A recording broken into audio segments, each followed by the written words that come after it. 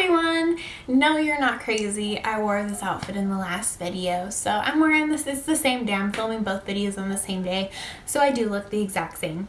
But I thought today I'm going to share with you guys my 2023 recap video of what did I make in the year of 2023. Kind of a disappointing year for my makes. Me looking back, I'm kind of disappointed in myself because I really did not feel like I finished that much compared to what I wanted to finish. But I'm also proud of myself because I think this is a realistic amount for what happened this past year of me getting things done. So it's kind of a yes and no. Yes, I'm happy because I accomplished, but yeah, actually I'm kind of like, I could have accomplished more. So it's just kind of the perfectionist in me, just thinking I could have achieved more. But with that being said, I thought it'd be helpful for me to make this video. Number one, for me to look back and be able to see what I finished in each year, and two, to also maybe encourage you guys that if you guys did not finish a lot this year, don't be disappointed in yourself. Give yourself some grace. I mean, I have read a lot of posts online, and it kind of seems like a lot of people had a rough 2023, and I know I have said in my videos that this past year was really rough. So I think it's good for us to give each other some grace and just support each other and cheer each other on for what we did accomplish this past year. And I'm preaching to myself, just saying. But let me tell you, and let's get started on what did I finish in 2023. So the first two I'm going to talk about, I don't have. One I gave away and the other one is just too big for me to show you guys. So the first one is my friend's baby blanket. I did make that this year after I found out she was going to be having a baby, and I gave it to her for Christmas and she loved it. So I was super happy about that, and I was very proud of myself for making that and actually giving the blanket to somebody, because a lot of times I get really self-conscious giving items I've made, and so I'll talk myself out of giving it, even though I'll have it made for them, but then I'll be like, oh, maybe they won't like it, and I just overthink it. But I gave it to my friend. She really loved it, so I'm super excited about that. And then the other one I finished was my knitted blanket, which is huge and heavy, so I don't have that one. It's actually sitting right over here on my chair, but I just didn't want to try to lug it over here. So those are the two blankets I finished for this year.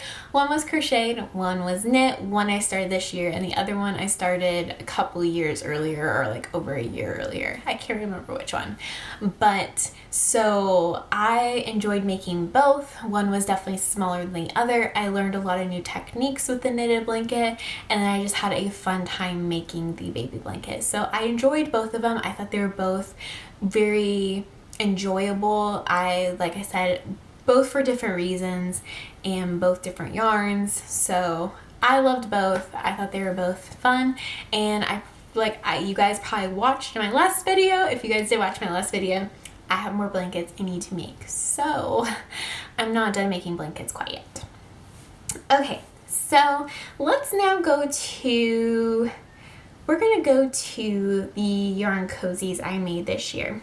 So I can't remember whenever I exactly made these, but I made 3 yarn cozies, and this pattern is by Nitty Natty, and they're just for 50-gram cakes. So I made these 3, I think it was spring and summer whenever I made them, and I made them out of Silly Goose yarns from her Party in the Box. So I've made this one first. So this one is going to be a beautiful, bright, vibrant turquoise blue with some coral, soft pinks, and gray. Super pretty. I do love it. Then I made this one, which is going to be, I called it kind of my lemonade one. So this has pink and bright yellows in it. It's super pretty.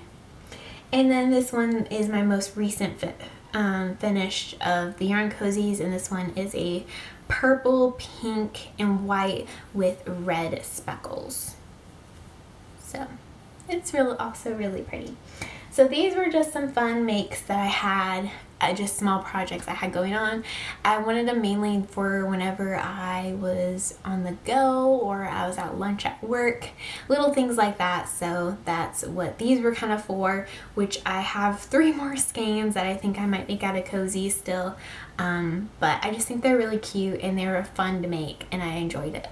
And I love the yarn. I thought it was kind of a fun way to have pretty yarn to remember those little skeins by.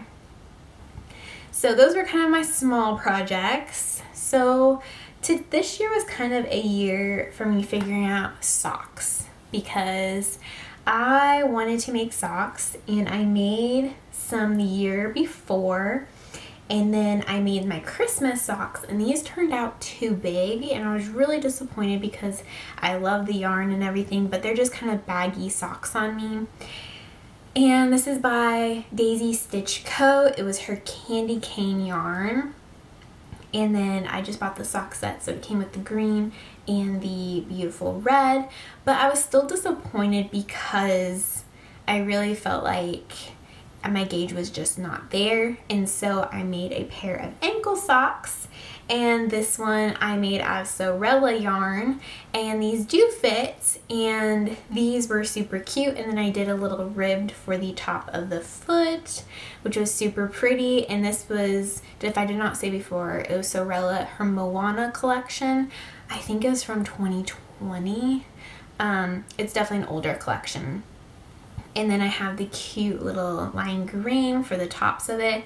I do love these. I think they're super cute. They're just a little too short. I probably should have made them a little bit longer, but I wanted some cute ankle socks for spring and summer. I think I did finish these in the summer, now thinking about it.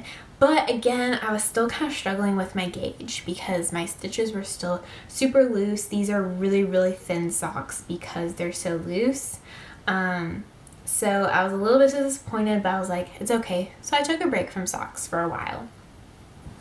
Then this past fall, I decided to use magic loop rather than using these small circular needles, and I finally found a pair of socks that fit me. And I know my ends are still not, I've not weaved in any of my ends. You're gonna see that like all throughout this video. I think you probably already noticed that. But they fit me and I really do like them, and so I kind of found the formula that fits my foot and I'm really excited. I just took a break from making socks so I could work on my Oslo hat, just kind of trying to work on other things instead of making just socks all the time. But I do have a pair of socks I do want to make very, very soon. But I'm very proud of myself because I discovered a sock formula that fits my foot and I do love, and they fit perfectly. So, and these were out of the Heathered handmade yarn Hello Fall that I got at DFW Fiber Fest. So they're my perfect fall socks. So I do have these that do fit. So those were the socks I finished this year, not a lot. And then I finished 2 tops. The first one I wore to DFW Fiber Fest. It's this beautiful, I think it's Surrey Held Together, and it is by Sorella Yarns, and this is the Provence sweater. So it's a little bit more cropped than I was wanting. It's a little bit wrinkled too because it's been folded up, but I do love it. I'm very proud of this project because it's something that I just felt really pretty in, and it is a little bit itchy, but that's okay. I need to just wear a tank top underneath it. But it's something I was able to wear to DFW Fiber Fest, and I was just so proud the entire time of wearing it. And I was just very, very happy that I was able to wear a hand knit sweater to the fest. So this was kind of my big moment for me. I started in spring, did not finish it until I believe midsummer. So I was doing it as part of their knit along, and let's just say I was not able to finish it in the knit along time. But I'm super proud of it and I just think it's super pretty, so I'm very, very happy with this. And then my most recent, which I really need to block this, guys. I'm just not into blocking or weaving in my ends. This is the Bird of Passage top that I recently finished. So it has a really pretty mock neck with some beautiful lace on the side, and this is in Destination Yarn. They're her yarn. and I just love how it turned out. It's just so pretty. I just need to block it and weave in the ends. That's all I need to do. And so I need to do that this month.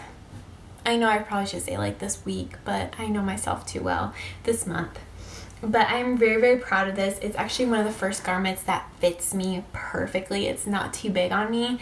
So that was also another really proud moment of getting my gauge right and more close to what I want it to be. So we got my gauge right with the socks and with the top. So I was very, very happy and pleased this year. But that is it. That's all I made this past year. And sometimes, I'm not gonna lie, it's kind of discouraging a little bit whenever I see a lot of people come out with everything they made like in a month or in a year, and I'm just like, man, why am I not finishing projects all the time? And you know, I just don't work on things all the time. I work on other things, and I don't think it's a bad thing. I don't think it's a bad thing that they make a ton of items, and I don't think it's bad that I don't make as many items. I'm just working on what makes me happy and what I love in the moment. And if I feel like knitting that day, I knit. If I feel like crocheting that day, I crochet. If I don't really feel like working on anything, I'll work on something else. So I don't really feel like there's a pressure for me to be working on my hobby all the time. I have many different hobbies, so I don't feel like I have to always knit and crochet all the time.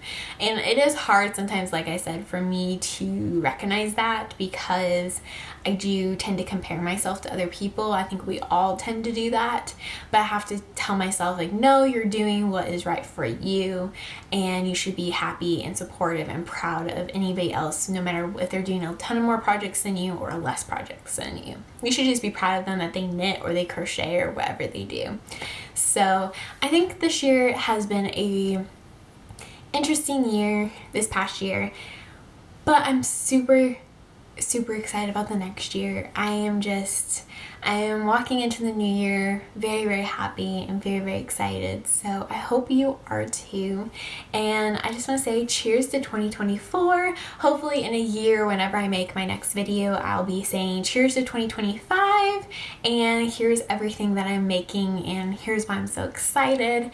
And I'm just hoping to be able to look back and see what I've made and be proud of it, no matter how many or how much I don't make this next year. So I hopefully you guys continue to come along the journey with me and see what I make. One of my big goals this year is I do want to finish one item per month, because I want to keep myself a little bit on track. It's not like, oh, I'm going to be so mad at myself if I don't achieve that goal. It's just kind of a guideline to kind of help me guide myself through the next year with my projects. Is I just really would like to finish like one project per year. Per month.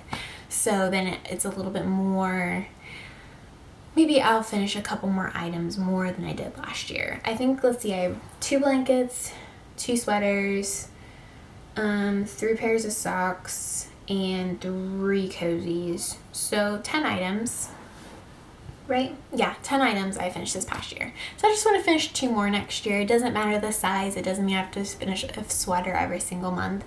It doesn't matter. I just want to finish 1 item per month. So I think that's not a too bad of a goal. But anyway, guys, thank you so much for watching my 2023 recap. Let me know down in the comments below what you finished. What are your goals for 2024? I would love to read them, so definitely let me know. And I will see you guys in my next video.